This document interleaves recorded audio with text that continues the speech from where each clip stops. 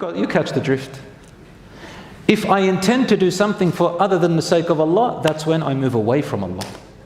But so long as you're a believer and you want Allah to accept your deeds, khalas, anything you do in the day. Look, I'll tell you something. Wake up in the morning and say a little dua. I'll make it easy for you. Say, oh Allah, I ask you for the goodness of this day, and I ask you to protect me from any evil of this day. Accept my deeds. That's it. Anything you do from that day of goodness, inshaAllah, is rewarded and brings you closer to Allah. Then he said, then my servant starts doing voluntary acts which I did not make obligatory upon him. He does them for my sake, and starts to get that much closer to me, closer and closer and closer and closer and closer, hatta uhibbuh, until I start loving him. This love that Allah is talking about is a very high form of love. It's higher.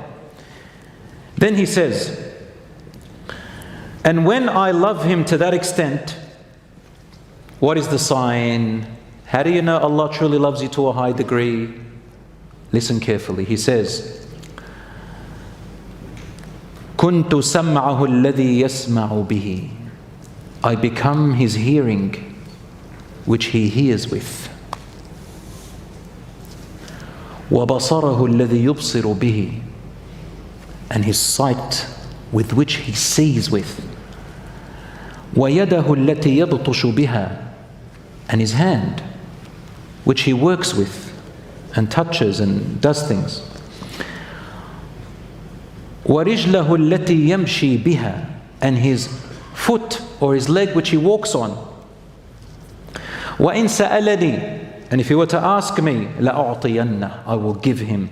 وَلَئِنِ اسْتَعَاذَنِي, and if he seeks my refuge, لَأُعِذَنَّ, I will protect him. What does it mean that he becomes your hearing and your sight and your hand and your foot? This is metaphorical, not literal, of course. I become his hearing, meaning suddenly you reach a level where you yourself will love listening to things that Allah loves.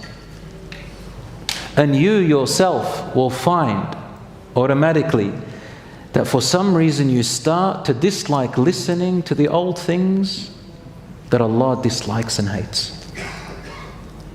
It doesn't matter what it is. Allah dislikes it. Suddenly you love listening to the Quran. Before you didn't. Suddenly you love listening to Islamic reminders. You even go to sleep on them. It makes you calm. That's a sign that there is something happening. Suddenly you love listening to advice of that person you used to run away from when they told you, it's salat time, brother. Sister, the covering. Sister, the salat. Brother, the words that you're saying. Suddenly their words are like honey to you. You no longer take offense from them. Suddenly you like to listen to things that get you closer to Allah, that remind you of goodness. And then you hate listening to gossip. You hate listening to backbiting. You hate listening to swear words. You hate listening to abuse. You hate listening to just wasteful talk.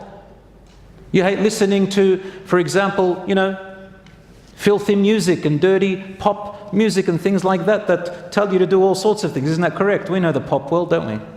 What's the pop music? You tell a common person, hey bro, they say, is it halal to listen to music? If I said yes, what are they going to listen to? Beethoven or whatever his name is. The old singers, Kulthum and Fairuz, they're old school, the Arabic ones.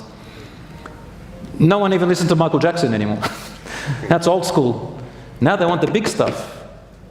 The stuff that teaches really, really, really, really bad morals. I don't even want to get into that area. But the point is, brothers and sisters, you find your ears starting to listen to the things that bring you closer to Allah, and they start to listen to the things that displease Allah. What about your eyes? Your eyes enjoy looking at the things that Allah loves and begin to hate looking at things or find pain. And the regret hits you a lot when you look at haram things. On the internet, on the TV, in a book. Of course, we don't live on another planet, so I know that there are haram things around us. We're not asked to be super Muslims. Sometimes you might watch something that has a lot of good in it and maybe a couple of things come past. We're not talking about the incidental haram things that your eye catches on. We're talking about deliberate, over and over again, looking. No regret, no trying to change yourself. Suddenly your eyes find it easy to look away. Your hands, you start wanting to use them in good. You start getting great good ideas, and they hate to do the wrong thing. And your legs like to go to places which Allah loves, and start to dislike going to places that Allah subhanahu wa ta'ala dislikes. Before you used to, now you're different. This, my brothers and sisters, is a sign that Allah subhanahu wa ta'ala loves you, you're at a level of a height of extreme love, or you're starting on the way, inshaAllah. In another hadith, the Prophet ﷺ said, if Allah loves His servant, He calls out to Jibreel, Gabriel, the angel, Jibreel alayhi salam, "O Jibreel, I love so-and-so." And then Jibreel goes to the other angels and says, Allah loves so-and-so. So the angels start to love that person because of Allah's love. So Jibreel loves him. And the trillions, astronomical numbers of angels that fill the entire universe love that person too. And they all say, Allah loves so-and-so. We love him too. فَيُحِبُّهُ أَهْلُ السَّمَاءِ. All the people of the heavens, or the angels of the heavens, love him. ثُمَّ يُوضَعُ لَهُ الْقَبُولُ فِي الْأَرْضِ. And then on earth, you find that the person finds acceptance. People lean towards that person. They find a likeness to that person. Who finds a likeness to that person? Not the evil people. The people are also righteous. They never recognized him or her before, but now suddenly, subhanallah, they catch their eye. Suddenly you find yourself, subhanallah, I don't know, I'm being steered towards different people who I used to have before. Before, all I met was this person, that, but this person who just talks about rubbish, and this person who talks about girls, and this person talks about boys, and this person talks about just money all day. This person talks about drugs. This person talks about the, I don't know what world, and this person talks about... And then suddenly, I've been meeting people who have a different language. They're talking about the hereafter. They're talking about Allah. They're talking about the real purpose of life, the real meaning that I'm with. Where did these people come out from? And these people lean towards you. And they find a likeness to you. This means, inshaAllah, something is good about you. And then if you are in a particular, let's say, expertise, let's say you started a type of project which is good. Let's say you're in da'wah, or you're teaching Quran, or you're teaching a skill for the benefit of Allah, to benefit the Muslims and to make them stronger. And you're doing it for the sake of Allah, and then you find that people are following you. They're coming towards you. They're learning from you. They like you. This is also a sign of Allah's love to you. So, depending on the level, sometimes a person, wallahi, never talks about their good deeds. You might not talk anything. Nobody knows how much charity you give. Nobody knows how good you are at home. Nobody knows what you do in the secret. You've never told anyone. But somehow, Allah makes it exposed. Allah makes your good work become exposed even if you try to hide it. Why? Allah likes you to shine. Allah likes you to shine. So long as you are not the person who wanted to go and show off, Allah makes you shine. The Prophet ﷺ said, "Man tawada'a lillahi rafa'ah." Whoever humbles themselves for the sake of Allah, meaning, if I do this good work, I'm doing it for the sake of Allah. Allah will raise that person. And I'll give you a kind of a practical approach from a non-Islamic perspective. It also fits in line with whoever humbles themselves, Allah will raise them. How? If we put Islam aside for a minute and look at it from a practical approach. The experts say that of self-development, if you appear deliberately below your actual reality, when people find out about you, they're more likely to be more impressed when they know your reality.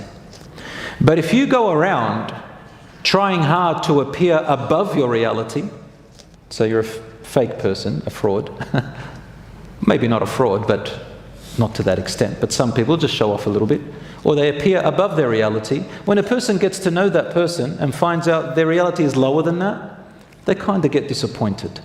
And sometimes you might not be a fraud or a fakester or a show-off or anything, but people had a good impression of you. It's not your fault. And when they know you in your reality, you tend to get a bit disappointed when the person's reality is not as you thought. Right? Celebrities have that problem a lot. A lot of da'is who become famous and known, they have this problem, they say, well, I'm just a normal person. And people, when they listen to you, they think, MashaAllah, this person's like an angel. And I've seen this happen before. So people they become good Muslims, they go to the masjid, and then they meet good people, or they meet people who they thought, MashaAllah, all their lives they're righteous and I wish I was like them. And then one day, as they got closer, maybe they saw 1 or 2 or 3 bad habits from that righteous Muslim they always thought so highly about. And then they get very disappointed. Or I've even seen people go to the other extremes. They leave Islam altogether. Or they say, I'm never going to go to the mosque again. No, don't do that.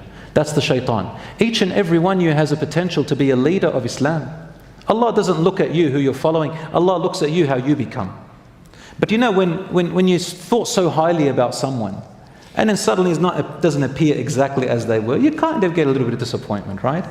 So, مَنْ تَوَاضَعَ لِلَّهِ رَفَعَ. Whoever humbles themselves for the sake of Allah, Allah lifts them.